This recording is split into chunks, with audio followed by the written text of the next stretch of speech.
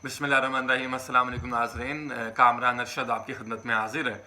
कल जैसे हमने बात की थी अपने इस चैनल के ऊपर के साबिक वज़ीर आज़म इमरान ख़ान और साबिक वज़ीर ख़ारजा शाह महमूद कुरैशी पर फ़र्द जुर्म आयद की गई है, और फ़र्द जुर्म जो आयद की गई है उसमें अब 27 अक्टूबर को 28 गवाहों को तलब किया है, और इसमें जो सबसे बड़े गवाह हैं वो आज़म ख़ान हैं। अब आज़म ख़ान कौन है ये आप सब बेहतर जानते हैं। और इस पर जो साबिक वज़ीर आज़म इमरान ख़ान की जानिब से इस्लामाबाद हाई कोर्ट में कुछ दरख्वास्तें जमा करवाई गई हैं। जैसे पहली दरख्वास्त जमा करवाई गई जज अबुल हसनात पर, उनके तकर्रुर पर कि उनका तकर्रुर नहीं होना चाहिए, और दूसरी दरख्वास्त फिर जमा करवाई गई इस्लामाबाद हाई कोर्ट में कि फ़र्द जुर्म आयद ना की जाए। फिर उसके बाद तीसरी दरख्वास्त ये जमा करवाई गई कि ओपन ट्रायल किया जाए, इन कैमरा ट्रायल जो है वो ना किया जाए जो जेल में हो रहा है। और चौथी दरख्वास्त इस्लामाबाद हाई कोर्ट में जमा करवाई गई कि जेल को अदालत ना बनाया जाए। और पांचवी दरख्वास्त जो जमा करवाई गई उसका मकसद यही था कि साबिक वज़ीर आज़म इमरान ख़ान को ज़मानत दी जाए। और छठी दरख्वास्त जो जमा करवाई गई वो ये था कि ये केस मनगढ़ंत है, इसको मुअत्तल किया जाए। एक तो ये दरख्वास्तों का सिलसिला जारी है कि साबिक वज़ीर आज़म इमरान ख़ान की जानिब से जो दरख्वास्तें जमा करवाई गई हैं इस्लामाबाद हाई कोर्ट में, उसका मैंने आपसे ज़िक्र किया है। और दूसरी जानिब एक और साबिक वज़ीर आज़म जनाब मियाँ मोहम्मद नवाज शरीफ, जो 4 साल की जिला वतनी, खुद साख्ता जिला वतनी इसको कहते हैं, क्योंकि डॉन न्यूज़ का जो आर्टिकल है उसमें बहुत सारी बातें की गई हैं कि मियाँ साहब को लाहौरियों ने सपोर्ट नहीं किया है, लाहौर से लोग नहीं निकले हैं, हालांकि लाहौर उनका गढ़ समझा जाता था। और इस वक्त के जो हालात और वाक़यात हैं वो भी आपके सामने हैं। मियाँ साहब को हमने देखा है कि मियाँ साहब ने अदालत में दरख्वास्त जमा करवाई, और उसके बाद ये दरख्वास्त जमा करवाई गई कि उनको ज़मानत दी जाए। और दरख्वास्त जो ज़मानत की थी उस पर समात भी हो गई, और बेंच भी बन गया, नैब भी वहाँ पर पहुँच गई और उनको ज़मानत मिल गई। इसी तरह अगर हम जलसे की बात करें तो जो मियाँ साहब ने मीनार पाकिस्तान पर एक जलसा मुनक़िद किया है, जिसमें लाहौरी तो नहीं निकले लेकिन दूसरे शहरों से लोग टोलियों की शक्ल में और जो बसेस हैं उनको भर कर लाहौर लाया गया, और एक अच्छा शो, एक अच्छा पावर शो किया।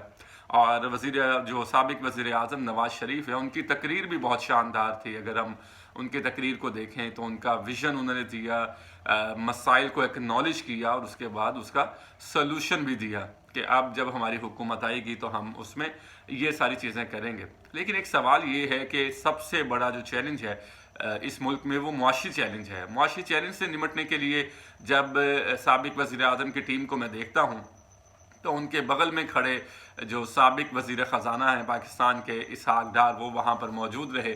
अब अगर उनको देखें तो डॉलर कहाँ से कहाँ चला गया और महंगाई का फैक्टर है वो कहाँ चला गया। तो टीम तो यही है, क्या इसी टीम से हालात को बेहतर किया जाएगा? क्या यही टीम पाकिस्तान को दलदल से बाहर निकालेगी? क्या यही टीम पाकिस्तान को मुश्किलात से बाहर निकालेगी? ये वो सवाल है जो हम सबको खुद से पूछना है। तो ये कुछ खबर थी फ़र्द जुर्म के हवाले से, वो मैंने आपसे शेयर की है कि अब 27 अक्टूबर को 28 गवाहों को तलब किया है और उसके बाद इस पर एक फ़ैसला होगा। दूसरी जानिब जब साबिक वज़ीर आज़म का जलसा मीनार पाकिस्तान में जारी था तो एक बड़ा ही अनोखा वाक़या वहाँ पर पेश आया।